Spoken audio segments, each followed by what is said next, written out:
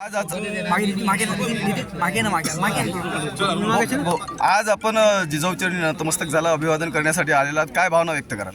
आज राष्ट्रमाता जिजाऊ साहेबांचा 427वा जन्मोत्सव सोहळा सिंदखेड राजा नगरीसह संपूर्ण देशभर आपापल्या पद्धतीने साजरा होते आणि दरवर्षी सालाबादप्रमाणे मी सुद्धा इथे नतमस्तक व्हायला येतो। आमची भावना हीच आहे की महाराष्ट्रामध्ये जातीय सलोखा कायम राहावा, महाराष्ट्र जो पुरोगामी महाराष्ट्र आहे ती पुरोगामी ओळख महाराष्ट्राची कायम राहावी, शेतकरी बळीराजावर अवकाळी संकट आहे ते सुद्धा दूर व्हावं, जिजाऊ चरणी ते साकडं घातलंय। सोबतच आमची मागणी पण अशी आहे की तीर्थक्षेत्र सिंदखेड राजा विकास आराखडा त्याचा अजून कुठलाही टप्पा इथं दिसत नाही पार होताना, एक जर महाद्वार सोडलं तर।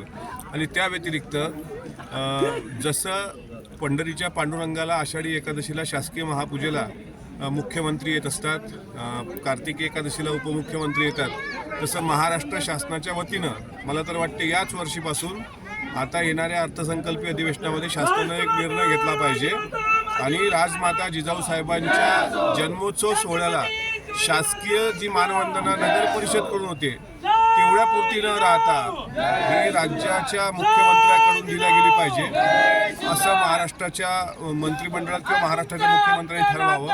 दुसरं आणखी महत्त्वाचं, आमच्या शिवजयंतीच्या पार्श्वभूमीवर ही जिजाऊ जयंती होत असते, त्यामुळं एकंदरीत शासकीय महापूजा होणं, सिंदखेड राजा विधानसभा मतदारसंघामध्ये तीर्थक्षेत्र सिंदखेड राजाचा विकास होणं, दुरून दुरून लोक येतात। मागच्या वेळेस ते बघितलं, अनेक ठिकाणी बॅरिगेड्स इतक्या लांब आहेत की तिथून गाड्या सोडून लोकांना पैदल यावं लागतं। हे सुद्धा फार वेदनादायी आहे की 12 जानेवारीला जिजाऊ जन्मोत्सवाला अशा प्रकारे गडचेपी होता कामा नये, प्रत्येकाला हे खुलं असलं पाहिजे आणि या सौंदर्यात भर पडली पाहिजे। राजे लखुजीराजे जाधवांची समाधी आहे इथे, 12 आहेत त्या काळामधले, याचा विकास झाला पाहिजे। याच आमच्या साधारण मागण्या आहेत आणि जिजाऊच्या चरणी हेच आहे की महाराष्ट्र सुजलाम सुफलाम पुरोगामी होता, तीच महाराष्ट्राची ओळख कायम राहावी।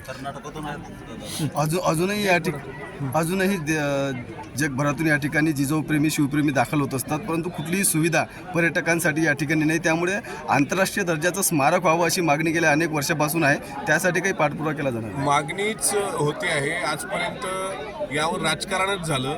अनेक वर्ष आम्ही येतो, ही मागणी आम्ही मांडतो, पण त्या मागणीची अंमलबजावणी होत नाही। आता जरा महायुतीचं सरकार आहे, आमचे अध्यक्ष काजी साहेब या ठिकाणी आहेत, इथे मनोज कायदे आमदार आहेत, मी सुद्धा विदर्भामधला आहे। आता येणाऱ्या अर्थमंत्री अजितदादा असल्यामुळं हा विकास आराखडा तात्काळ मंजूर व्हावा आणि जगभरातले पर्यटक इथं यावे।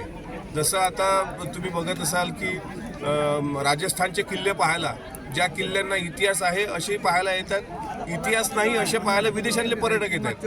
ज्या किल्ल्याला इतिहासच नाही, मग जोधपूरचं असेल, जैसलमेरचं असेल, पण या छत्रपतींच्या मातीमध्ये प्रत्येक किल्ल्याला गडकिल्ल्याला इतिहास आहे। पर्यटनाच्या दृष्टीनं पावलं उचलल्या गेली पाहिजे अशी शासनाला विनंती आहे। नुसती विनंती नाही, पाठपुरावा करून त्याची अंमलबजावणी करण्याकरता जे काही प्रयत्न आमच्याकडून होतात ते 100% आम्ही करतो। एक राजकीय